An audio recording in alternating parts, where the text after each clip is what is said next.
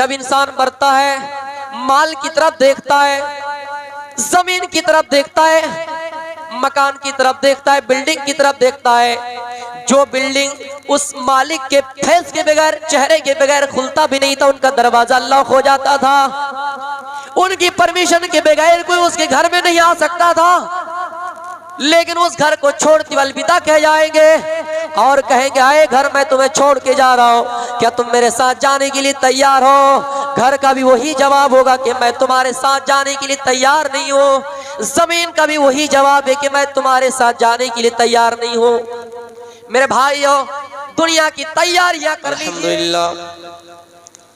नहमदुहु व नस्तईनुहु व नस्तगफिरुहु व नु'मिनु बिही व नतवक्कलु अलैहि व नऊज़ु बिल्लाहि मिन शुरूरि अंफुसिना व मिन सय्यिआति अमालिना।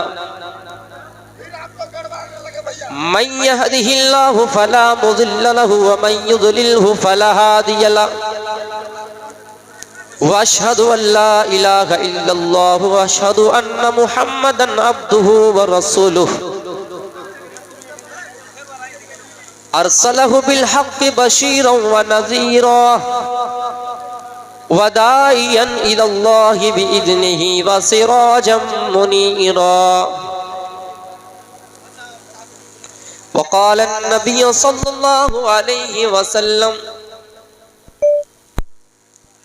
तलबुल इल्मि फरीज़तुन अला कुल्लि मुस्लिम। स्टेज पर बैठे हुए मुअज़्ज़ज़ उलमाए किराम, सामने बैठे हुए मेरे भाइयों, पर्दा नशीन मेरी माओ बहनों, आज के इस मजलिस में हम और आप जिनकी निजामत समात फरमा रहे हैं वो हमारे शेख मोहतरम हैं, जिन्होंने मुझे बचपन से लेकर तकरीबन 6 साल तक दर्सो तदरीस दिए और यही नतीजा है कि मैं आज आपके बीच रूबरू हो पाया हूँ। वो शख्सियत फजीलतुश शेख जनाब मौलाना शब्बीर आलम अन-नदवी साहब, जो आपके इस इदारे में, इस मजलिस में निजामत की शक्ल में मौजूद है। तो मेरे भाइयों, मुझे वक्त बहुत ही कम दिया गया है। मैंने एक हदीस का टुकड़ा पढ़ा, सिर्फ आधा घंटा का वक्त दिया गया है और मैं मुनासिब समझता हूं कि इसी में अपनी बातों को समेटूं। मैंने एक टुकड़ा पढ़ा कि तलबुल इल्म फरीज़तुन अला कुल्लि मुस्लिमी, कि हर मुसलमान पर इल्म सीखना जरूरी है, फर्ज है। और आप जानते ही कि इल्म सीखना फर्ज है। और फर्ज क्या चीज है? तलबुल इल्म फरीज़तुन अला कुल्लि मुस्लिम, हर मुसलमान पर इल्म सीखना जरूरी है, हर मुसलमान पर इल्म सीखना फर्ज है। इमाम अगर नमाज पढ़ाता है तो मुक्तदी को भी चाहिए कि पीछे से इतनी सलाहियत रखें कि इमाम अगर भूल जाएं तो मुक्तदी को इतनी ताकत हो, मुक्तदी इतना जानकार हो कि उन्हें बता सके कि हाँ इमाम आपने फला जगह पे गलती कर दी। हम और आप ये समझते हैं कि सिर्फ उलमा ही सीखे, नहीं, आपको भी सीखना जरूरी है। एक चीज बताओ, इस मिसाल को गौर से सुनिए। एक जगह पे नमाज हो रही थी और इमाम साहब नमाज पढ़ा रहे थे और नमाज में सूरह फातिहा की तिलावत कर रहे थे। अल्हम्दुलिल्लाह रब्बिल आलमीन अर्रहमान अर्रहीम करते करते जब आखिर में गए तो इमाम साहब ने चूक से क्या पढ़ा? वलज़्ज़ाल्लून। वलज़्ज़ाल्लीन नहीं पढ़ा। ध्यान से सुनिए, जब इमाम साहब वलज़्ज़ाल्लीन पढ़ते हैं तो आप और हम क्या कहते हैं? आमीन कहते हैं। लेकिन उस जगह पे इमाम साहब ने चूक से वलज़्ज़ाल्लून पढ़ा तो मुक्तदी ने भी पीछे से आवाज लगाई कि आमून। नहीं समझ में आए? तो मेरे भाइयों, सिर्फ ऐसा नहीं कि इमाम ही सीखे, मौलवी ही सीखे, आपको भी जरूरी है। हम और आप बहुत सारे ऐसे मसला है जो जानते तो हैं लेकिन हम और आप उसको सीखने की अच्छी तरीके से कोशिश नहीं करते हैं। हम इबादत तो करते हैं, हम नमाज तो पढ़ते हैं, रोजा तो रखते हैं, लेकिन उनका सही तरीके से हमें और आपको इल्म नहीं होता है। आइए एक हदीस देखते हैं। सलमान फारसी रज़ियल्लाहु ताला अन्हु एक शख्स के घर में दाखिल हुआ, उनका नाम अबू दरदा है। उनके घर में दाखिल हुआ। मेरी बहनों, मेरी माओ, अगर आवाज तुम्हारे कानों पर पहुंच रही है तो तुम्हारे लिए भी ये वाकया नसीहत के लिए है। बहुत जल्द मैं बोल के खत्म कर रहा हूँ। सलमान फारसी रज़ियल्लाहु ताला अन्हु उस शख्स के घर गए, यानी अपने दोस्त के घर गए, और जैसे उसके घर में गए, बड़ा सखी आदमी था, सूफी साहब इंसान था, सिर्फ इबादत, सिर्फ नमाज रोजा और कुछ नहीं। घर में मेहमान आए उसकी फिक्र नहीं, बाल बच्चों किसी के फिक्र नहीं, बीवी की भी फिक्र नहीं, सिर्फ नमाज और रोजे में लगा हुआ था।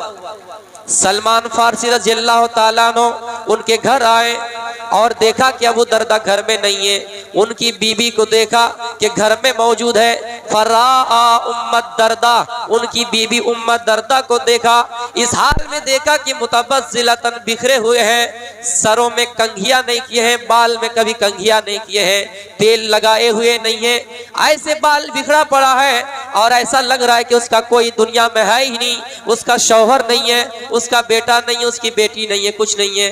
इस हाल में वो पड़ी हुई है घर में।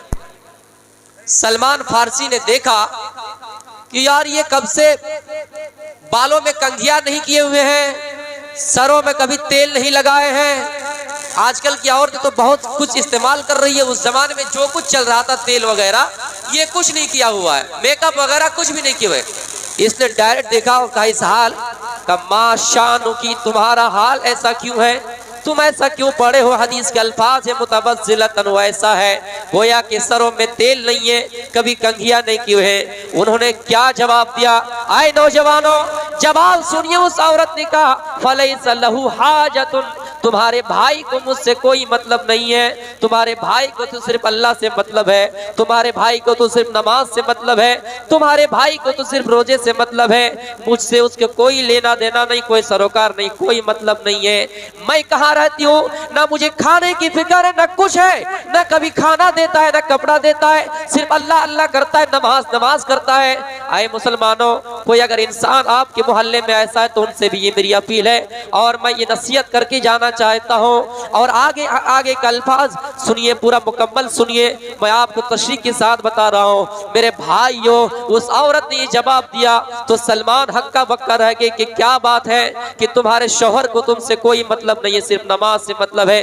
अब सुनिए, इस्लाम को जो लोग कहते हैं कि इस्लाम में सिर्फ नमाज रोजा, बीवी मतलब बीवी बच्चों से कोई मतलब है ही नहीं, आइए सुनिए इस वाक़ई से इस्लाम क्या कहता है। मेरे भाई, सलमान फारसी रज़ियल्लाहु ताला अन्हु से के बैठे रहे, इतने में अबू दरदा आए, खाना पेश किया गया, फसना लहू तुआमन, खाना पेश किया गया, कहा गया कुल खाओ। उन्होंने जवाब दिया इन्नी साइमुन, मैं रोजे से मैं खा नहीं सकता हूँ। मेरे भाइयों, रोजा इफ्तारी किया, रात का वक्त आया, सलमान फारसी रज़ियल्लाहु ताला इस हाल में इंतजार कर रहे थे कि ये अपनी बीवी से मिलेंगे, अपनी बीवी के पास जाएंगे, लेकिन वो जा नहीं रहा है। रात के वक्त भी नमाज की फिक्र रहती है, रात की थोड़ी देर गुजरने के बाद तहज्जुद का वक्त आता है, जाग जाता है और अपने दोस्त सलमान से कहता है कि चलिए नमाज पढ़ने। वो दोस्त कहता है कि दोस्त ये वक्त तहज्जुद का नहीं है, आप जाइए। उनका इशारा था कि आप अपनी बीवी के पास जाइए। मेरे भाइयों, जब सुबह फजर की नमाज दोनों ने अदा की, फसल्लाया, दोनों ने नमाज पढ़ी। नमाज पढ़ने के बाद क्या नसीहत करते हैं ये देखिए। सलमान ने नसीहत की, क्या है अबू दरदा सुनिए, इन्ना लि बदनी का अलैका हक्कन, तुम्हारे ऊपर तुम्हारे बदन का हक है, तुम्हारे ऊपर तुम्हारे जिस्म का हक है, तुम्हारे ऊपर तुम्हारी आंख का हक है। तुम्हें अपनी आंख की भी फिक्र करनी होगी। तुम ये सिर्फ सोचोगे कि मैं नमाज पढ़ता रहूंगा, रात भर तहज्जुद पढ़ता रहूंगा, तहज्जुद की नमाज पढ़ते पढ़ते अपनी आंखों को तकलीफ देता रहूंगा और नमाज अदा करूंगा। व इन्ना लि ऐनिका अलैका हक्कन, तुम्हारे ऊपर तुम्हारी आंख का भी हक है। व इन्ना लि ज़ैफिका अलैका हक्कन, तुम्हारे ऊपर तुम्हारी पड़ोसी का भी, तुम्हारे मेहमान का भी हक है। घर में मेहमान आ जाए तो आपको मेहमान की भी खिदमत करनी है, आपको मेहमान की भी देख रेख करनी है। मेरे भाई, ऐसा नहीं कि मेहमान घर में है, हम तहज्जुद में लगे हुए हैं, हम अल्लाह अल्लाह में लगे हुए हैं, हम जिक्रुल्लाह में लगे हुए हैं, हम अल्लाह अल्लाह में लगे हुए, नबी में लगे हुए नहीं। मेहमान अगर आया है, मेहमान की आपको इज्जत करनी है। उन्होंने ये सारा बयान घुमाया और लास्ट में कहा वइन्ना लि अहलिका अलैका हक्कन व इन्ना लि ज़ौजिका अलैका हक्कन, तुम्हारे ऊपर तुम्हारी बीवी का भी हक है। सिर्फ ऐसा नहीं कि नमाज पढ़ते रहो, रोजा रखते हो, जिंदगी भर नमाज पढ़ो, पूरी रात नमाज अदा करते रहो और बीवी का फिक्र नहीं, बच्चों की कोई फिक्र नहीं, तलाशी नहीं, इसका भी हिसाब लगेगा। इन तमाम चीजों का तुम्हारे ऊपर हक है। तब दोनों अल्लाह के रसूल के पास गए नमाज अदा करने के बाद कि अल्लाह के रसूल ऐसी ऐसी बात है, पूरा माजरा सुनाया। तो अल्लाह के रसूल ने कहा कि सदाका सलमान ने सच कहा है। जरूरी है, सिर्फ ऐसा नहीं कि आप पूरी रात नमाज में लगे रहे, जरूरी नहीं है कि आप जिंदगी भर नमाज पढ़ते रहे। मेरे भाइयों, ऐसा इस्लाम में नहीं है। इस्लाम में तो ऐसा है कि आप अपने बच्चों की देखरेख कीजिए। इस्लाम में ऐसा है कि आप अपनी बीवी की देखरेख कीजिए। बीवी से पूछिए, बीवी आज क्या जरूरत है, आज तुम्हें क्या चीज खाने की इच्छा है, आज तुम्हें क्या चीज खाने का जी करता है। आप ये जरूरी है, आपके ऊपर हक है, ये जिस्म का भी आपके ऊपर हक है, आंख का भी हक है। एक शख्स अल्लाह के रसूल के पास आए, कहा अल्लाह के रसूल मैं जिंदगी भर नमाज पढ़ता रहूंगा, फ़इन्नी उसल्ली अल-लैल अबदन, मैं पूरी रात नमाज पढ़ता रहूंगा, व अना असुमु दहरा, मैं जिंदगी भर रोजा रखूंगा। आपने फरमाया तुम ऐसा नहीं कर सकते हो, तुम सिर्फ 3 दिन रोजा रखो और 1 दिन रोजा रखोगे तो तुम्हें 10 दिन का सवाब मिल जाएगा और 10 दिन का सवाब मिलेगा। महीना में 3 रोजे रखोगे तो पूरे महीने का सवाब तुम्हें मिल जाएगा। उसने कहा नहीं अल्लाह के रसूल, और मुझे इजाजत दीजिए, मैं और रखना चाहता हूँ। अल्लाह के रसूल ने कहा नहीं, इससे ज्यादा तुम्हें इजाजत नहीं दे। थोड़ी देर गुजरने के बाद तहज्जुद का वक्त आता है, जाग जाता है और अपने दोस्त सलमान से कहता है कि चलिए नमाज पढ़ने। वो दोस्त कहता है कि दोस्त ये वक्त तहज्जुद का नहीं है, आप जाइए। उनका इशारा था कि आप अपनी बीवी के पास जाइए। मेरे भाइयों, जब सुबह फजर की नमाज दोनों ने अदा की, फसल्लाया, दोनों ने नमाज पढ़ी। नमाज पढ़ने के बाद क्या नसीहत करते हैं ये देखिए। सलमान ने नसीहत की, क्या है अबू दरदा सुनिए, इन्ना लि बदनिका अलैका हक्कन, तुम्हारे ऊपर तुम्हारे बदन का हक है, तुम्हारे ऊपर तुम्हारे जिस्म का हक है, तुम्हारे ऊपर तुम्हारी आंख का हक है। तुम्हें अपनी आंख की भी फिक्र करनी होगी। तुम ये सिर्फ सोचोगे कि मैं नमाज पढ़ता रहूंगा, रात भर तहज्जुद पढ़ता रहूंगा, तहज्जुद की नमाज पढ़ते पढ़ते अपनी आंखों को तकलीफ देता रहूंगा और नमाज अदा करूंगा।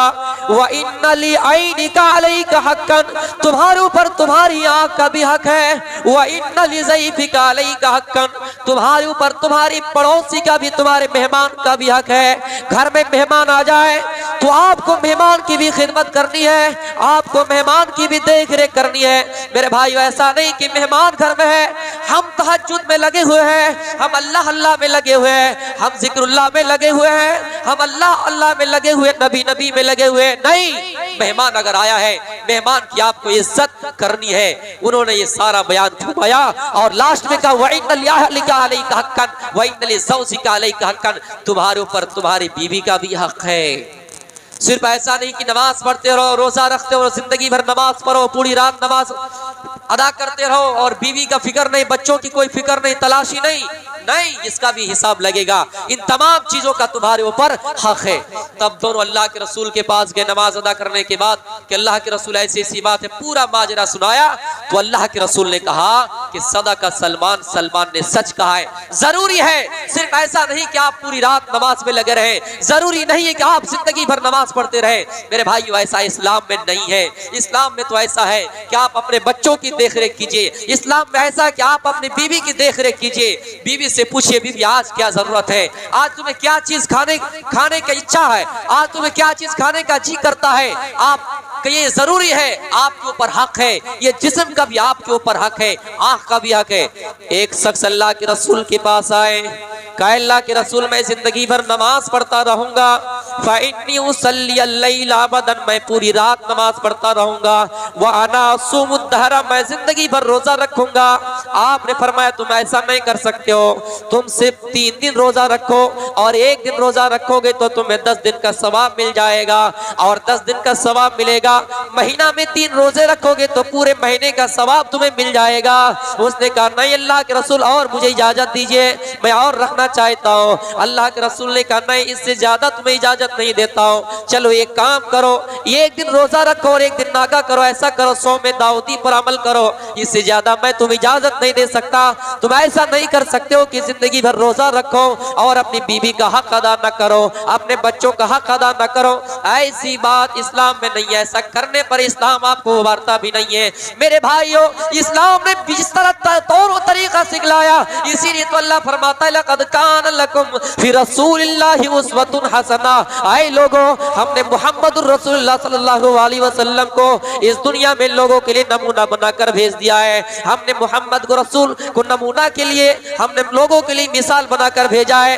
बीवी से कैसे बर्ताव करना है, बीवी के साथ कैसे उठना है, बच्चों के साथ कैसे शफकत करना है, बड़े लोगों के साथ कैसे उठना है, इन तमाम चीजों का हल अगर किसी धर्म में मिलेगा, किसी मजहब में मिलेगा तो इस्लाम में मिलेगा, बाकी किसी और में नहीं मिल सकता है। मेरे भाइयों, हर धर्म में, हर मजहब में शादी की गुंजाइश तो है, चार और उससे भी ज्यादा गुंजाइश तो है, लेकिन तरीके अलग हो सकते हैं, सूरतें अलग हो सकते हैं, ज्यादा की शक्लें हो सकती है, लेकिन इस्लाम ने कहा कि तुम्हें बराबर देने का हक है।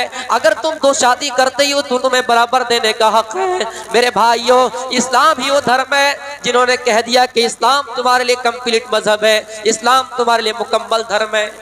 3 शख्स अल्लाह के रसूल के पास आए, अल्लाह के नबी की बीवियों के पास आए कि अल्लाह के रसूल कैसे अमल करते हैं दिन में। जब अल्लाह के रसूल सल्लल्लाहु अलैहि वसल्लम की अज़वाजे मुतहर्रात, हमारी और आपकी माएँ उम्महातुल मोमिनीन ने बताया कि अल्लाह के नबी में दिन में ऐसा अमल, रात में ऐसा अमल, उन्होंने कहा तकाल्लुहा, बहुत कम समझा, ये अल्लाह के रसूल हैं, हम कहाँ, क़द गुफ़िर लहु मा तक़द्दम मिन ज़ंबिही व मा तअख़्ख़र, अल्लाह के रसूल जिनके अगले पिछले तमाम गुनाह माफ कर दिए गए, बस इतना ही अमल करता है। तो उन्होंने क्या कहा था जानते हैं, मैं जिंदगी भर नमाज पढ़ता रहूंगा। दूसरे ने कहा कि मैं शादी ही नहीं करूंगा, इबादत में लगा रहूंगा, जंगलों में चला जाऊंगा, सिर्फ इबादत, सिर्फ इबादत, सिर्फ इबादत। तो अल्लाह के रसूल आए और कहा तुम लोगों ने ऐसी ऐसी बात कही, अंतुम कुल्तुमुल लज़ीना कज़ा व कज़ा, तो कहा कि हाँ अल्लाह के रसूल हमने ऐसी बात कही। तो अल्लाह के रसूल ने क्या कहा था, वल्लाहि इन्नी लाख़शाकुम लिल्लाहि व अत्क़ाकुम लहू, आए लोगों, अल्लाह की कसम मैं तुमसे ज्यादा डरने वाला हूँ, अल्लाह से तुमसे ज्यादा डरने वाला हूँ। लेकिन सुनो, वलाकिन्नी असूमु, मैं रोजा भी रखता हूँ, व उफ्तिरू, और इफ्तार भी करता हूँ, व अतज़व्वजु, मैं निकाह भी करता हूँ, व अरक़ुदु, मैं सोता भी, व उसल्ली, और मैं नमाज भी पढ़ता हूँ। तो मेरे भाइयों, जरूरी है, लेकिन हम और आप बहुत सी ऐसी चीजें हैं, हम समझते हैं कि नेकियां ज्यादा। आए एक वाक़े की तरफ लेकर चलते, इमाम बुखारी ने इस वाक़े को अपनी किताब के अंदर नकल किया है। मेरे भाइयों, एक ऐसा इंसान था जिसने 99 इंसान को कत्ल किया था। 99 इंसान को कत्ल करने के बाद दिल में ये अरमान जागा, दिल में ख्वाहिश जागी, अल्लाह का खौफ पैदा हुआ, तकवा पैदा हुआ, और ये सोच पैदा हुई कि अल्लाह, मैं जिंदगी भर लोगों को मारता रहा, लोगों की गर्दन पर छुरी चलाता रहा, हंसुए चलाता रहा, लोगों के गर्दन पर पिस्तौल वगैरह से लोगों को मारता रहा, लोगों की गर्दन पर वार करता रहा, अटैक करता रहा, हमला करता रहा। आय अल्लाह, मैं ईमान ले आना चाहता हूँ, आय अल्लाह मैं मुसलमान होना चाहता हूँ, मेरे दिल में ईमान की मिठास ज्यादा होनी चाहिए। इस जुस्तुजू में निकलते कि रास्ते में कोई आलिम मिल जाए, ये बड़ा सा मजमा कहाँ मिल जाए, और उस मजमे में बड़े बड़े उलमा बैठे होंगे, उन उलमा में से फतवा पूछ लेंगे, मसला पूछ लेंगे कि इतने आदमी को कत्ल करने के बाद क्या हमें जन्नत मिल सकती है या नहीं, अल्लाह अपने साए के नीचे मुझे जगह दे सकता है या नहीं। इस जुस्तुजू में निकलता है, लोगों से पूछता है कि फला बताओ, कहीं ऐसा आलिम हो जो हमें इन तमाम मुश्किलात का हल बताएंगे, और हमारे किए हुए करतूतों के बदौलत हमें क्या मिलेगी, क्या हमें जन्नत और जहन्नम दोनों में से क्या मिलेगी, क्या हमें जन्नत मिल सकती है या नहीं। इस चीज की जुस्तुजू में निकलता है। बहुत दिन के बाद ईमान जागा, पैदा हुआ, वो आगे गए, लोगों ने बताया कि फला जगह पे एक राहिब है, सूफी साहब है, नमाजी है, इबादत गुजार है, तहज्जुद गुजार है, सूफी साहब है, वहां जाइए। वो आलिम नहीं था, बड़ा आलिम नहीं था। एक कहावत है कि नीम हकीम खतरे जान, नीम मुल्ला खतरे ईमान। अगर ज्यादा आपके पास सलाहियत नहीं है, तजुर्बा नहीं है, और आप डॉक्टरी लाइन में उतर जाएंगे तो आप मरीजों के लिए क्या बनेंगे, रहमत बनेंगे कि जहमत। और कोई अगर मुफ्ती वो जानता ही नहीं इस्लाम क्या है, ईमान क्या है, और किसी को गलत मसला बताएंगे तो ईमान खतरे में जाएगा कि अच्छे में जाएगा। तो मेरे भाइयों, नीम हकीम खतरा जान, नीम मुल्ला खतरा ईमान। तो मेरे भाइयों, राहिब का जब पता बताया, वो शख्स गए उसके पास और कहा कि साहब मैंने 99 इंसान को कत्ल कर दिया, क्या मेरा गुनाह माफ हो सकता है या नहीं, क्या मुझे जन्नत मिल सकती है? इतने लोगों का कातिल, इतने लोगों का कत्ल करने वाला इंसान यहाँ आया, नहीं तुझे कोई यहाँ तेरा रास्ता नहीं, तुझे अल्लाह माफ नहीं करेगा। उसको बड़ा गुस्सा आया कि यार जब मुझे जन्नत मिलेगी ही नहीं तो तुम भी इस दुनिया में बच के क्या करोगे? तलवार निकाली और उसको ही मार दिया। तो मेरे भाइयों, जरूरी है कि आप जब जो चीज जान ले उसी चीज का फतवा दें, वरना फतवा मत दीजिए, वरना वही हाल होगा। इत्तखज़न्नासु रुऊसन जुहाला, जब मौलवियों को छोड़कर दूसरों को तरजीह दी जाने लगेगी, दूसरों से फतवा पूछे जाने लगेंगे, तो मेरे भाई और वो फतवा देंगे, फज़ल्लू व अज़ल्लू, वो खुद गुमराह होंगे, दूसरों को भी गुमराह करेंगे। मेरे भाइयों, वो इंसान फिर दूसरे आदमी से पूछता है कि क्या बताओ, मैंने 100 इंसान को कत्ल कर दिया है, 100 इंसान को मार दिया है, क्या मुझे जन्नत मिलेगी या नहीं? कोई ऐसा आलिम बताओ, उसके पास मैं चलूं। उसने बताया, जाओ, चापी में एक प्रोग्राम हो रहा है, वह बड़े बड़े उलमा की शिरकत है, बड़े बड़े उलमा शामिल है, बहुत मशहूर माया नाज खतीब वहाँ पे आए हुए हैं, वहाँ पे बहुत अच्छे अच्छे आलिम आए हैं, वहाँ जाइए, मसला पूछिए। वह इंसान उसकी तरफ जाता है, उस जुस्तजू में जाता है कि कोई रिहा मिल जाए, जन्नत जाने का कोई रास्ता मिल जाए, कोई गुंजाइश मिल जाए, थोड़ा सा रास्ता मिल जाए, वहाँ जाकर फतवा पूछ लूंगा। मेरे भाइयों, लोगों ने एक आलिम का राह बतलाया, आलिम की राह बतलाए, आलिम का रास्ता दिखलाया। वो इंसान चला जाता है, जाने के बाद आधा रास्ता तय करता है और रास्ते में उनकी मौत हो जाती है, रास्ते ही में मौत आ जाती है। आए लोगों, हम और आप ये सोचते हैं कि हमारी नेकियां कहाँ चली जाती है, हमारा गुनाह मिटने वाला नहीं है, हम इतने गुनहगार हैं, हम इतने बड़े पापी हैं, अल्लाह हमारे गुनाह को माफ करेगा या नहीं? सुनिए मेरे भाइयों, वो इंसान इस राह में और इस नीयत के साथ इस जुस्तजू से निकलते हैं कि अच्छा आलिम मिल जाए, हम वहाँ दीन की बातें सीख कर ईमान ले आए, अल्लाह पर भरोसा करें, तवक्कुल अल्लाह, अल्लाह पर यकीन रखें और ईमान वाले बन जाए। मेरे भाइयों, आधा रास्ता ही तय किया था, आधा रास्ता ही क्रॉस किया था, कटिहार ही पहुंच पाया था, रास्ते में मलकुल मौत उनके पास आ जाते हैं और उनकी मौत हो जाती है। मेरे भाइयों, जब मौत हो जाती है, जिस इंसान की दुनिया में जब मौत हो जाती है, दो तरह का फरिश्ता आता है। अगर नेक हो तो रहमत का फरिश्ता उनके पास आएगा, अगर गुनहगार हो तो रहमत का फरिश्ता उनके पास आएगा, अजाब का फरिश्ता उनके पास आएगा। अजाब का फरिश्ता भी उस जगह पे आया और रहमत का फरिश्ता भी आया, जन्नत का फरिश्ता भी आया और जहन्नम का भी फरिश्ता आया। जन्नत का फरिश्ता कहने लगा कि मैं इसे जन्नत की तरफ ले जाऊंगा, मैं इन्हें इल्लीन में दाखिल करूंगा। जहन्नम का फरिश्ता, अजाब का फरिश्ता कह रहा है कि नहीं, इन्होंने दुनिया में 100 इंसानों का कातिल, 100 इंसानों को कत्ल करवाया था, 100 इंसानों को कत्ल किया था, आज ये कैसे जन्नत जा सकता है? तो मेरे भाइयों, इंसानी शक्ल में एक फरिश्ता आया और उन्होंने रास्ता बता दिया, तरीका बतला दिया, देखो इस रास्ते को मापा जाए, कटिहार और पूर्णिया के बीच में ये तय होने वाले रास्ता को मापा जाए, अगर नेकियों की तरफ, उन उलमा की तरफ बढ़ने वाले रास्ता अगर ज्यादा ही क्रॉस किया होगा, उलमा की तरफ ज्यादा ही गया होगा, उनका हालत ईमान में अगर मौत आई होगी, ज्यादा हालत ईमान में मौत आई होगी, तो उसका ठिकाना जन्नत होगा। अजाब का फरिश्ता ने, रहमत का फरिश्ता उनकी रूह को ले जाएगा। और अगर इधर ही ज्यादा करीब रह जाएंगे तो उन्हें अजाब का फरिश्ता लेकर जाएगा, जहन्नम का फरिश्ता लेकर जाएगा। मेरे भाइयों, ये तमाम चीजें हमें और आपको ये बतला रहे हैं कि हम और आप कितने तकवा और तहज्जुद गुजार हैं।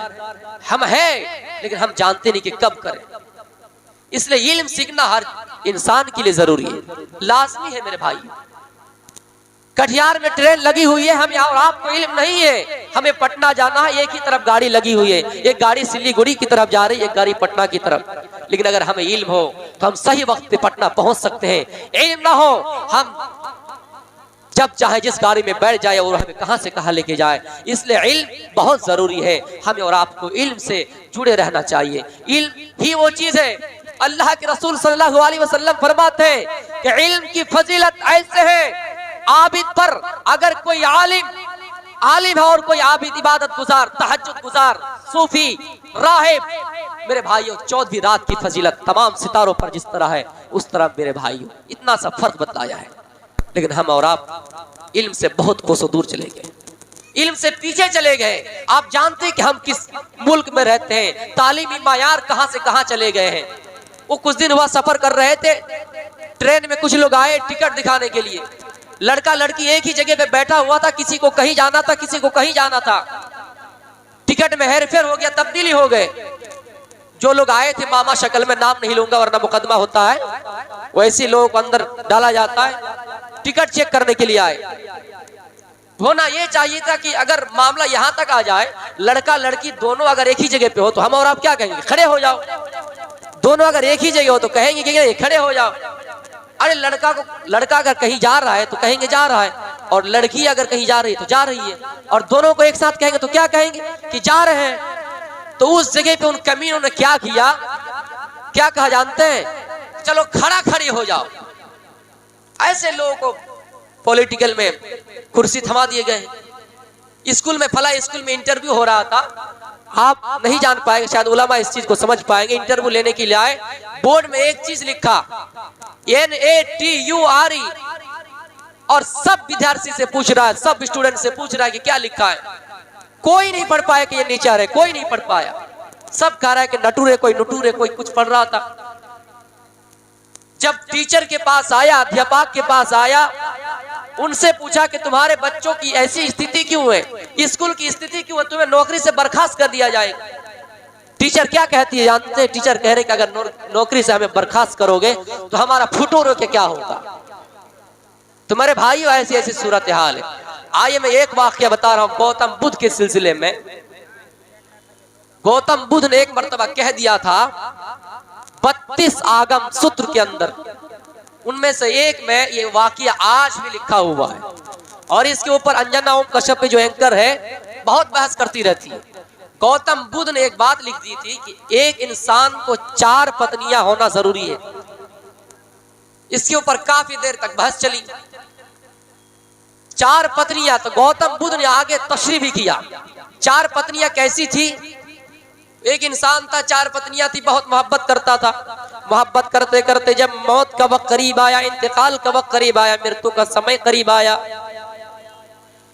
उस आदमी ने अपने चारों बीवी को एक एक करके बारी बारी अपने करीब बुलाया और कहा, देखो बीवी, मैंने तुमसे जिंदगी भर मोहब्बत की, मानते हो? कहा क्यों नहीं, मैं तुम्हें ये सामान फला जगह से, फला बाजार से खरीद कर लाकर देता था, मानते हो? कहा क्यों नहीं।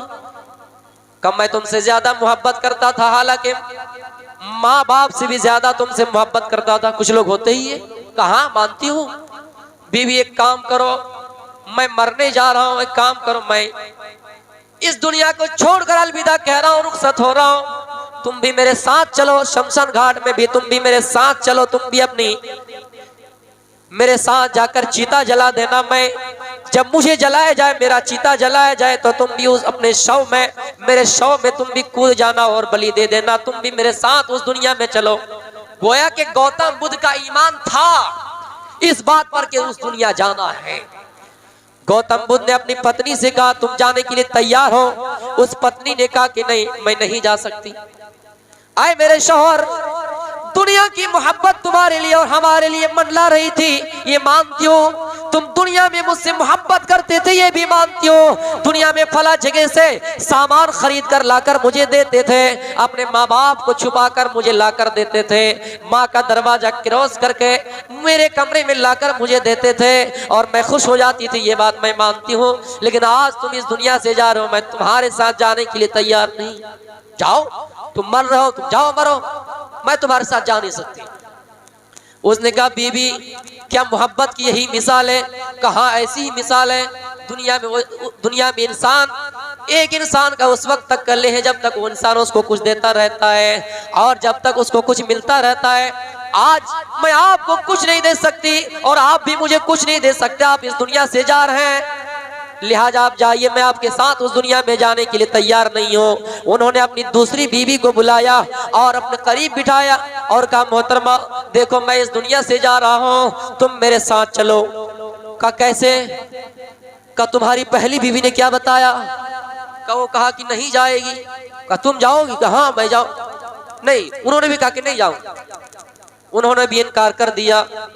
तीसरी बीवी को बुलाया, तीसरी बीवी ने भी वही जवाब दिया जो दूसरी बीवी ने जवाब दिया, जो पहली बीवी ने जवाब दिया वही तीसरी बीवी ने जवाब दिया। लेकिन तीसरी बीवी का जवाब थोड़ा सा हटकर ये था, उन्होंने कहा देखो मेरे शौहर, आए मेरे पति, मैं आपके साथ जिंदगी भर रही, आप मेरा जीवन साथी है, आपके साथ मैंने 60 साल जिंदगी गुजार दी, लेकिन आप इस दुनिया से आप जा रहे हैं, मैं आपके साथ जाने को तैयार नहीं हूं। लेकिन इतना कर सकती हूँ कि जब आपकी शव को जलाया जाए, जब आपकी लाश को जलाया जाए, शमशान घाट में आपकी चिता को जलाया जाए, तो मैं वहां तक जा सकती हूँ, उसके अलावा कुछ नहीं कर सकती, मैं भी उस दुनिया जाने के लिए तैयार नहीं।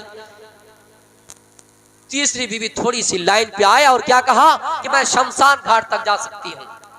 चौथी बीवी को बुलाया, कहा बीवी मैं 3 बीवियों से ज्यादा मोहब्बत करता था लेकिन तुमसे नफरत करता था। तीनों बीवी ने इनकार कर दिया, क्या तुम मेरे साथ जाओगी? कहा मैं कैसे जा सकता हूं, मैं कैसे जा सकती हूँ? तीनों बीवी ने आपका इनकार कर दिया। चलो एक काम करते बीवी, ऐ मेरे शौहर, मैं आपके साथ जाने के लिए तैयार हूँ। चौथी बीवी ने हाँ भर दिया। अब सुनिए गौतम बुद्ध ने क्या बताना चाहा और क्या मकसद था 4 पत्नियों से मुराद। मेरे भाइयों, अब इस जगह पे पॉइंट की तरफ आता हूँ। 4 पत्नियों से मुराद गौतम बुद्ध का क्या था? पहली पत्नी से मुराद इंसान का जिस्म है। इंसान जब मरता है तो अपने जिस्म की तरफ देखता है, अपने पैर की तरफ देखता है, अपने हाथ की तरफ देखता है, हथेली की तरफ देखता है, अपने बालों की तरफ देखता है, अपने उंगलियों की तरफ देखता है, उंगलियों के पोरों की तरफ देखता है और सोचता है आए हाथ, दुनिया में मैं तुम्हारे जरिए से पैसा कमाया करता था, दुनिया में तुम्हारे जरिए से लोगों को कभी कभी नाजायज थप्पड़ भी मारा करता था, आज मैं दुनिया छोड़ के जा रहा हूँ, मुझे कब्रिस्तान की तरफ लोग ले जाएंगे, तो क्या तुम मेरे साथ जाने के लिए तैयार हो? हाथ जवाब दे देगा कि नहीं मैं नहीं जा सकता, पैर जवाब दे देगा कि मैं आपके साथ जा नहीं सकता, इन बालों की तरफ नजर दौड़ा के देखेगा, आए बाल, मैं जिंदगी भर तुम्हारे ऊपर बालों में कंघिया करता रहा, सरों में तेल लगाया करता रहा, फला फला स्टाइल में बालों को कटिंग करके मैं कटवाया करता था, लेकिन आज तुम इस जमीन पे पड़े रह जाओगे, मुझे उस दुनिया में जाना है, क्या तुम मेरे साथ जाने के लिए तैयार हो? बाल जवाब दे देगा कि मैं आपके साथ जाने के लिए तैयार नहीं, जब तक मैं तुम्हारे जिस्म में लगा हुआ था तुम देख रेख करते थे, लेकिन आज तुम्हारे साथ जाने के लिए मैं तैयार नहीं हूँ। कब्र में मुझे रख दिया जाएगा, 3.5 गज जमीन में मुझे रख दिया जाएगा, उसी में हम पड़े रह जाएंगे, तुम्हारी रूह कहाँ कहाँ भटकेगी, कभी इधर कभी उधर कभी उधर, और हम इधर जमीन में ही पड़े रह जाएंगे। वो इंसान तमन्ना करेगा और अपने पैर की तरफ देखेगा, जिस्म की तरफ देखेगा। मेरे भाइयों, क्या कोई इंसान अपने जिस्म के साथ ऊपर को जा सका है? नहीं जा सका है। गौतम बुद्ध के अंदर भी ये ईमानी जज्बा था, वो इंसान का जिस्म है। हर इंसान की 4 पत्नियां होनी चाहिए, से मतलब गौतम बुद्ध ये बताना चाहते हैं कि पहली पत्नी से मुराद इंसान का बदन है, इंसान का जिस्म है, आपके साथ जाने के लिए कभी तैयार नहीं। दूसरी पत्नी इंसान का माल है, इंसान की दौलत है, इंसान की प्रॉपर्टी है। जब इंसान मरता है माल की तरफ देखता है, जमीन की तरफ देखता है, मकान की तरफ देखता है, बिल्डिंग की तरफ देखता है। जो बिल्डिंग उस मालिक के फेस के बगैर, चेहरे के बगैर खुलता भी नहीं था, उनका दरवाजा लॉक हो जाता था, उनकी परमिशन के बगैर कोई उसके घर में नहीं आ सकता था, लेकिन उस घर को छोड़ते अलविदा कह जाएंगे और कहेंगे आए घर, मैं तुम्हें छोड़ के जा रहा हूँ, क्या तुम मेरे साथ जाने के लिए तैयार हो? घर का भी वही जवाब होगा कि मैं तुम्हारे साथ जाने के लिए तैयार नहीं हूँ। जमीन का भी वही जवाब है कि मैं तुम्हारे साथ जाने के लिए तैयार नहीं हूँ। मेरे भाइयों, दुनिया की तैयारियां कर लीजिए, दुनिया में तमाम सामान को छोड़कर हम और आप जा रहे हैं, लेकिन हम और आप आखिरत की तैयारी नहीं कर रहे। तीसरी पत्नी से मुराद इंसान के रिश्तेदार हैं, बाप है, भाई है, माँ है, बहन है।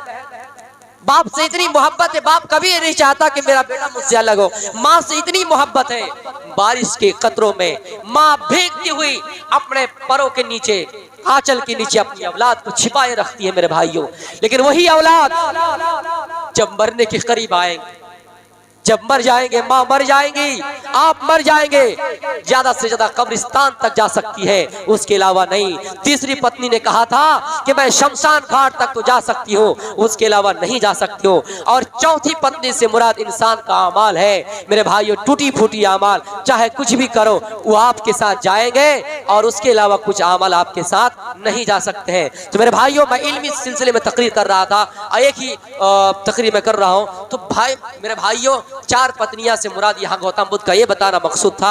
वैसे आज सब कोई परेशान है, इस्लाम ने मना नहीं किया 4 पत्नी आप भी रखिए, लेकिन बीवियों से सब परेशान रहते हैं। एक मर्तबा एक मजलिस में एक साल बहुत बेतहाशा बारिश हुई, मजमे से आवाज आई कि इस साल बेतहाशा बारिश हुई, इतनी बारिश हुई, इतनी बारिश हुई। एक मुल्ला उठकर खड़े होकर कह दिए कि जमीन में जो कुछ है इस दफा बाहर निकल आएगा। तो फिर एक आदमी मन ही मन में डर रहा है कि कहीं ऐसा ना हो कि मेरी 3 पत्नियां जमीन के अंदर वो ना निकल आए। तो मेरे भाइयों, बीवियों से सब कोई परेशान रहते हैं, तो जायज है, आप कर सकते हैं, लेकिन सबको हुकूक बराबर देना है मेरे भाइयों। वो चीज इस्लाम ये आपको, हमें और आपको सिखाए। तो इल्म की फजीलत है कि इल्म मेरे भाइयों हमें और आपको सीखना जरूरी है, और इल्म के लिए हमें और आपको पैसा लुटाना जरूरी है। हम और आप जब तक पैसा नहीं लुटाएंगे इल्म हासिल नहीं कर सकते हैं। उस वाक़या को याद करो मेरे भाइयों, एक शख्स था जिनका नाम अबू अब्दुर्रहमान फर्रुख है उनका नाम मेरे भाइयों। जिहाद के मैदान में जाता है, इल्मी तकरीर में आपको करूंगा, आपके सामने आप समझ पाए या ना पाए। जिहाद के मैदान में जाता है, अपनी बीवी से कहता है मेरी बीवी मैं जिहाद के लिए जा रहा हूँ, हो सकता है ताखिर हो जाए, आने में लेट हो जाए, एक काम करो तुम्हें मैं 30,000 दिनार देकर जाता हूँ, तुम इसी से खर्चा चलाना। पेट में बच्चा पल रहा था, कहा कि इसी से खर्चा चलाना, अपना खर्चा भी चलाना, पेट में जो बच्चा पैदा होगा उसका भी खर्चा चलाना। जिहाद के लिए जाता है मेरे भाइयों, बीवी बच्चों को कुर्बान करके, और जाने के बाद जिहाद में मसरूफ हो जाता है, और 27 साल के बाद घर आता है। घर आने के बाद जो पेट में बच्चा पल रहा था वो बच्चा बड़ा होता है, उसकी माँ उसकी तरबियत करती है, और तरबियत करने के बाद एक बहुत बड़ा आलिम बना देता है। आज आपके ज़ीनत स्टेज में जो उलमा मशहूर मारूफ नजर आ रहे हैं, ये इन्हीं माओ का नतीजा है, इन्हीं माओ का करम है। अगर माँ ना पढ़ाए तो मेरे भाइयों मैं दावे के साथ कहता हूँ बाप नहीं पढ़ा सकता है। इस चीज का एक्सपीरियंस आप लोगों को है या नहीं, मुझे अच्छी तरीके से है, क्योंकि बहुत लोगों ने बताया इस चीज का एहसास। तो मेरे भाइयों, माँ होकर मेरी बहनों अगर आवाज पहुंच रही है तो सुनिए, 27 साल के बाद उसका शौहर घर में आया, जैसे घर में प्रवेश किया उसका बच्चा बड़ा हो चुका था। उनका नाम रबिया रहमतुल्लाह अलैह, बहुत बड़े आलिम बन चुके थे। मस्जिद नबवी में हल्का लगाकर लोगों को कुरान और हदीस का दर्स दे रहे थे। इमाम मालिक बिन अनस रहमतुल्लाह अलैह जैसी शख्सियत उसके हल्के में, उसके दर्स में बैठे रहते थे और दर्स सुनते थे। मेरे भाइयों, जब आमना सामना हुआ, घर का दरवाजा खुला गया, तो कहा कि मेरे घर में अजनबी आदमी, बाप बेटा की मुलाकात हुई, तो बाप ने बेटा को नहीं देखा, बेटा ने बाप को नहीं देखा, अजनबी आदमी। बेटा कहे तू मेरे घर से कैसे आया अजनबी आदमी? बेटा कह रहा है मुझे पूछ रहा है ये मेरा घर है, तू कहां से आया ये बता। दोनों में लड़ाई होने को करीब है। मेरे भाइयों, गांव में आवाज दी गई, उनकी माँ बाहर निकली, रबिया की माँ बाहर निकली, दौड़ते हुए आए और शौहर को देखकर पहचान गए और अपने बेटे से कहा बेटा ये वही तुम्हारा बाप है जो तुम मेरे पेट में पल रहे थे, और तुम्हारा बाप तुम्हें छोड़कर जिहाद के मैदान में चला गया था, और आज 27 साल के बाद आए। तो मेरे भाइयों, आकर जायजा लिया कि बीवी 30,000 दिनार मैं तुम्हें देकर गया था, बताओ तुमने उस पैसे का क्या किया? बीवी कहती है मेरे शौहर मैं आपको हिसाब नहीं दे सकती है, लेकिन एक काम जरूर कर सकती हूँ, आप मस्जिद नबवी में जाइए, वहां बैठे रहिए, आपको पता चल जाएगा। मैं उस पैसे को जमीन के अंदर दफना दिया हूँ। मेरे भाइयों, मस्जिद में जाता है, नमाज पढ़ने के बाद बैठे रहता है, और रबिया उनका बेटा वाज़ और नसीहत करता है, कुरान और हदीस का दर्स देता है लोगों को। ये आदमी सोचता है ये लड़का कौन है, अच्छी तकरीर करता है, अच्छा दर्स देते हैं। वो मन ही मन में सोचता है या अल्लाह कहीं ये मेरा बेटा ना हो जाए, या अल्लाह अगर मेरा ये बेटा होता, काश के मेरा बेटा होता। मेरे भाइयों, जब पूछा गया कि ये कौन है, बताया कि ये तुम्हारा बेटा है। बेटे से गले मिलाया का बेटा, जो मैं ख्वाब देख रहा था वो ख्वाब सच निकला है, अल्लाह ने वो हकीकत में कर दिखाया। जल्दी से घर में आया और बीवी को कहा बीवी अल्लाह की कसम तुमने 30,000 दिनार माँ सय्यती तुमने बर्बाद नहीं किया है, तुमने इसको सही रास्ते में लगाया है। लेकिन हमारी और आपकी सूरत हाल ये है, हम तालीमी मैदान, इल्मी मैदान जो लड़का आपके लिए शिफात का जरिया बन जाए, हम और आप उसके लिए पैसा खर्च नहीं करते हैं। स्कूलों में 500 रुपया, ट्यूशन में हम 1000 रुपया खुशी खुशी दे सकते हैं, लेकिन इन बेचारा मदारिस में इन टूटी फूटी चटाइयों में बैठकर दर्स देने वाले उलमा की हम इज्जत नहीं कर सकते हैं। मेरे भाइयों, यही वो उलमा है, अगर आपके अंदर बाकी है तो इस्लाम बाकी है। मेरे भाइयों, इसलिए हमें और आपको इल्म की कदर करनी चाहिए। मेरा वक्त खत्म हो रहा है, मेरा वक्त खत्म होने जा रहा है, इसलिए मेरे भाइयों आगे बोलना ये चाहता हूं कि इल्म जरूरी है। इल्म का आगाज आप देखिए, जब कायनात का आगाज हुआ इल्म से हुआ। अल्लाह के रसूल को जब नबूवत मिली 40 साल की उम्र में, फिर भी उसका आगाज इल्म से हुआ। और इस कायनात का भी जब आगाज हुआ तो इल्म से हुआ। इसलिए हमें और आपको इल्म की तरफ तवज्जो देना जरूरी है। मैं इसीलिए आज इल्म के मौजू पर आपके सामने तकरीर रखा कि हम और आप इल्म से कोसों दूर पीछे चलेंगे। अल्लाह के रसूल सल्लल्लाहु अलैहि वसल्लम जब गारे हिरा जाते थे, खलवत नशीन, ये आपको पसंद आ गया। जो अल्लाह ताला आपको ख्वाब दिखाता था वो सच्चा साबित होता था, इसलिए अल्लाह के रसूल खलवत पसंद कर लिए। और आप अपनी बीवी हजरत खदीजा रज़ियल्लाहु ताला अन्हा से कहा कि कुछ तोशा दे दो, कुछ हमरा दे दो, पैसा दे दो, सामान दे दो। कुछ सामान लेकर, खाने का सामान लेकर, खुराक लेकर आप गारे हिरा जाते थे। गारे हिरा में बैठे हुए थे, इतने में अचानक फजाअहुल मलक, फरिश्ता या जिब्रील अलैहिस्सलाम आए। जिब्रील अलैहिस्सलाम आए और आकर आपसे पहली मर्तबा कहा कि इकरा पढ़ो। हालांकि आप कुछ नहीं जानते थे, आपका जवाब ही था मा अना बिकारी, मा अना बिकारी, मैं पढ़ना नहीं जानता हूँ, मैं उम्मी हूँ, मैं अनपढ़ हूँ, मैं पढ़ना नहीं जानता हूँ। जिब्रील अलैहिस्सलाम ने सीने से जोर से दबाया, ऐसा दबाया, पसलियाँ इधर उधर। मेरे भाइयों, पता चला तालीम के लिए कठिनाई जरूरी है, परेशानी जरूरी है, मशक्कतें जरूरी है। बगैर मशक्कत के, बगैर कठिनाई के हम और आप तालीम हासिल नहीं कर सकते हैं, हम और आप इल्म हासिल नहीं कर सकते हैं। लेकिन मेरे भाइयों, मदारिस में अगर बच्चों पर कोरे लगाए जाएं, हाँ, अगर दूसरे लोग आपके बेटे को मारे तो आप बर्दाश्त कर जाएंगे, लेकिन बेचारा मौलवी अगर आपके बेटों को मारे, आप मुकदमा करेंगे, आप पंचायती करेंगे और ये जवाब देंगे कि इन 2 कोड़ियों मुल्ला की क्या औकात है। आप ये जवाब देंगे मेरे बेटे को मारने वाला कौन होता है। अल्लाह के रसूल सल्लल्लाहु अलैहि वसल्लम को जोर से दबाया। आपने कहा मैं पढ़ना नहीं जानता हूँ। आपने 3 बार यही अल्फाज दोहराया, मा अना बिकारी, मा अना बिकारी। मेरे भाइयों, चौथी मर्तबा आपने पढ़ा इक़रा बिस्मि रब्बिकल लज़ी खलक़, खलक़ल इंसाना अल्लम बिल क़लम, अल्लमल इंसाना मा लम यअलम। मेरे भाइयों, अगर यहाँ पर भी किसी चीज से वही का आगाज हो रहा, वही की इब्तिदा हो रही है, तो इल्म से हो रहा है कि इंसान को वो चीजें सिखलाए, इंसान को वो चीजें सिखलाए जो इंसान जानता नहीं था। मेरे भाइयों, अल्लाह ने इंसान को उस चीजों से पैदा किया, पानी की उन फटकी से पैदा किया मेरे भाइयों, जो यखरुजु मिन बैनि सुल्बि वत्तराइब। मेरे भाइयों, इंसान की पैदाइश के लिए, इंसान का रास्ता बतलाने के लिए अल्लाह ताला पहली वही में इल्म से आगाज कर रहा है, इल्म से उसकी बुनियाद खड़ा कर रहा है, इल्म से उसकी आगाज कर रहा है। मेरे प्यारे साथियों, गौर कीजिए, उसके बाद अल्लाह के रसूल सल्लल्लाहु अलैहि वसल्लम डरे हुए हैं और आप दौड़ते हुए खदीजा रज़ियल्लाहु ताला अन्हा के पास गए और आप इस हाल में कि कांप रहे थे, थरथरा रहे थे। आपने फरमाया ज़म्मिलूनी ज़म्मिलूनी, मुझे कंबल उड़ा दो, कंबल उड़ा दो। फज़म्मलूहु, लोगों ने कंबल उड़ा दिया। मेरे भाइयों, उसके बाद अल्लाह के रसूल सल्लल्लाहु अलैहि वसल्लम ने तमाम वाक़िया खदीजा रज़ियल्लाहु ताला अन्हा के सामने सुनाया और कहा ऐसी ऐसी बात है। डरा हुआ था, खदीजा रज़ियल्लाहु ताला अन्हा ने तसल्ली दिलाई। मेरी बहनों, अगर आज कोई मौलवी ऐसा करेगा तो तुम कहोगे जाओ ना, जाओ मोहम्मद की बात सुन के जाओ जलसा में। मैंने कहा था कि जलसा में मत जाओ, तुम गए और ठंडी की बीमारी लेके आ गए।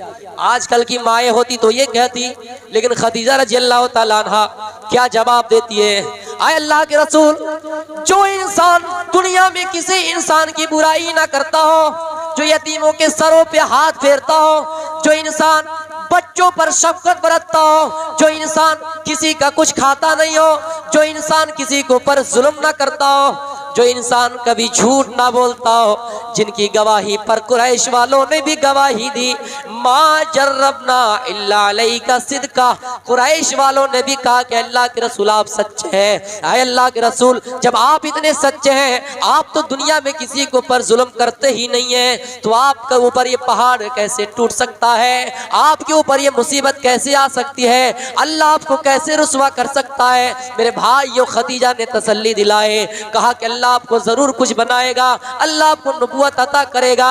ये कहकर खदीजा रज़ी अल्लाह तआला अन्हा आपको लेकर वर्का बिन नौफल के पास लेके चले गए। उनका चचाजाद भाई था, उनके पास लेके गए।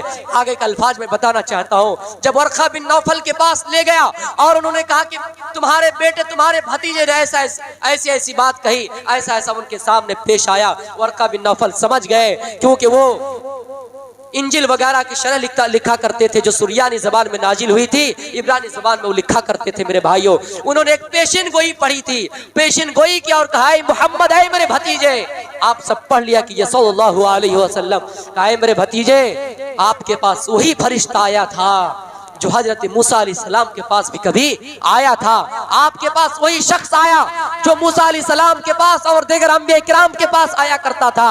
ऐ मोहम्मद, ऐ मेरे भतीजे, देखना कहीं ऐसा ना हो और आप ऐसा क्या, उन्होंने ये भी कह दिया कि देखना आइंदा अगर मैं जिंदा रहूं तो आपकी जहां तक हो सके मदद करूंगा, और आइंदा देखना आपकी कौम आपको बाहर निकालेगी, आपको मुल्क से बाहर निकालेगी। अल्लाह के रसूल कहते हैं क्या फला, ऐ मेरे चाचा, क्या मुझे मेरी कौम मुल्क से निकाल देंगे? क्या मेरी कौम मुझे बस्ती से निकाल देंगे?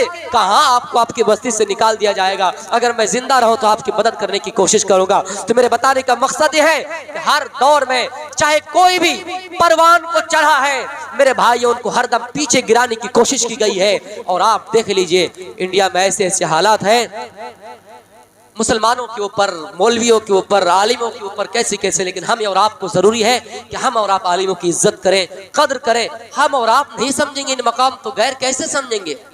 आज किसी को जेल में डाला जाए, हम ये इंसान की सफाई बयान नहीं कर रहे हैं। आपको एक बात मैं बता देना चाहता हूँ, हम ये नहीं कहते कि कोई भी दुनिया में इंसान बिल्कुल मासूम है, क्योंकि अगर कोई इंसान मासूम अली खता है तो उस खिलाफ जाएंगे।